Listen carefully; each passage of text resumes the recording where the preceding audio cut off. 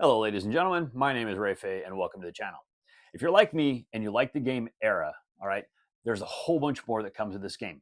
Now, the core game is going to come with 4 Era decks, and those 2 decks can be, played against each other in a variety of ways, and it adds a lot of variety to the game. But however, there's 11 more decks that are just going to totally enhance your Era gaming experience. All right.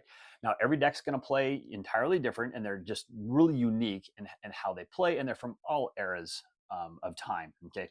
So, what I would like to do in this series is I actually want to go down and we're going to open up each one of these decks. We're going to lay out the cards and we're going to see how the cards are going to interact with each other and how you're going to potentially be able to play those decks. All right. So I'll tell you what, let's go down to the table. Let's open up a deck and let's see how it plays.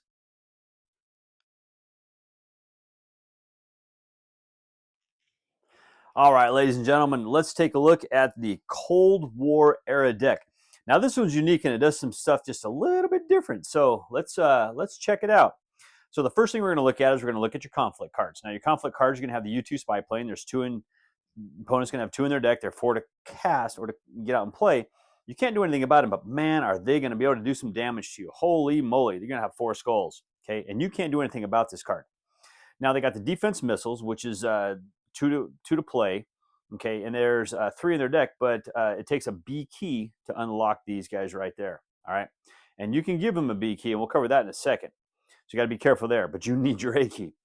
All right, now there's the CIA. The CIA, there's 5 in the deck. They're 1 to play. They can flourish them for 2, but they're easy to take out. Okay, so it's only 2 points of damage. And all that's going to happen is the CIAs, they're going to have 2 skulls, but if they can flourish them, it's going to prevent one of your vision icons, is what it's going to do. It's going to basically, the CIA is going to block one of your spy tools. Okay, so they're kind of playing in conjunction there, and your spy tools is unique. So it's going to help them out a little bit. But let's go to your deck because your deck is going to be very, very unique, and you got to really pay attention to this one. So the first thing is you're going to have your communism card. Okay, you have 3 of those in your deck, and it's going to give you 2 build icons. Okay, build is going to be can be kind of important in this one because you're going to want to be able to put a lot of stuff out fast, and you want your launch orders out, which is a 15 cost. He is super expensive. Okay, but the thing with this is it's 15 to get him out. There's 3 in your deck, but he's going to give you the A key, and you need that A key, but he's also a unique card, and they can't do anything about him when he comes into play. But the problem is you're giving your opponent your B key, which is going to unlock the defense missiles. So the launch orders unlocks the defense missiles. That's going to come out, and it's going to probably try to take out some of your other stuff. But if you look at your defense missiles, it's doing the sword and shield, and out of all your cards, the only thing that can take a sword and shield is this missile base. Okay, everything else is the skull. So that's where you're playing that off. So you want to keep your missile base in play. Okay, you don't want the defense missiles to take it out because you really want all of these progress tokens. So you got to be careful how this works. So maybe you have to see about trying to take this guy out if you can. You do have your hitman over here that's going to have the sword and shields. Okay, but that's more strategy. Let's go back to the cards. Okay, like I said, there's your A key. You're giving your opponent the B key, and he is unique. Now your missile base, all these are A. So by having your A key out, it unlocks all those. He can be taken down. Not as easy with the skull, but the sword and shield, like I said, it's only a 4. And if he has one of those out, he can go down pretty easy. But that's 4 progress tokens you could theoretically be getting every single turn towards that 15 to win. You're looking pretty good with that guy. Now you got the KGB. The KGB, there's 7 of these in your hand. They cost 2 to cast, put them into play, and 3 to flourish.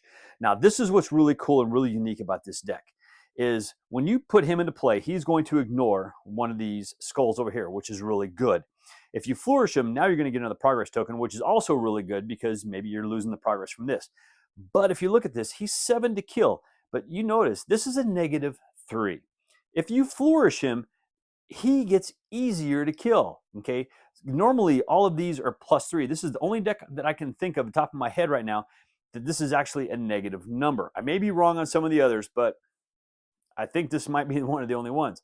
So the more you flourish, the more these guys are easier to kill, but you get that progress token. Kind of see how that plays off? All right, so let's come up here and let's look at your nuclear bomber. Nuclear bomber, they can't do anything about it. It takes an A key in order to, you can get the card out, but the A key unlocks both of these.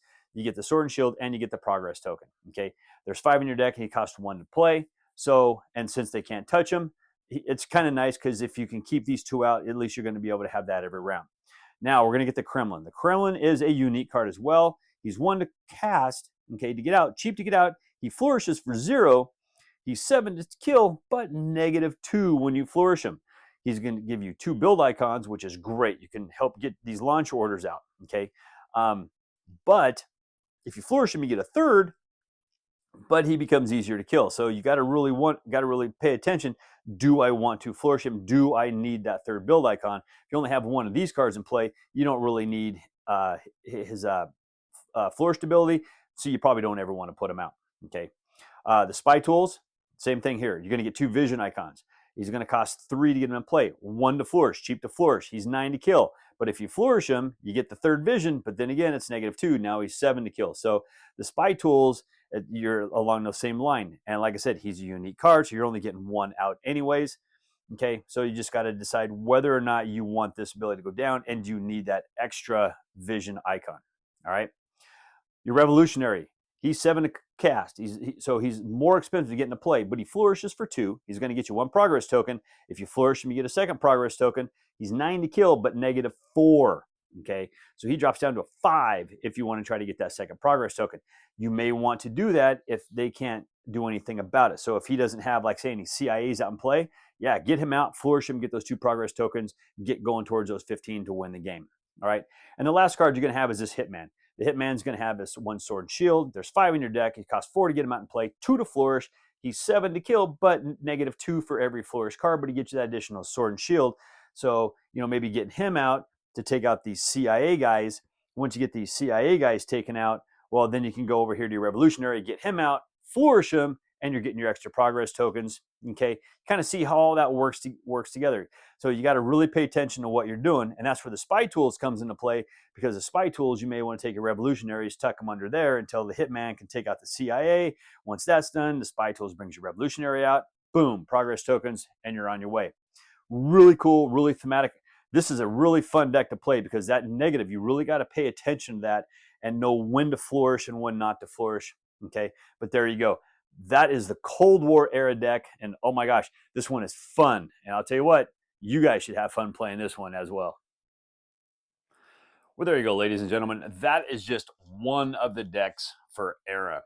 And I tell you, man, each deck, like I said, they play totally different. So really knowing and understanding your deck and how it plays is a real big key on how you're actually going to win this game.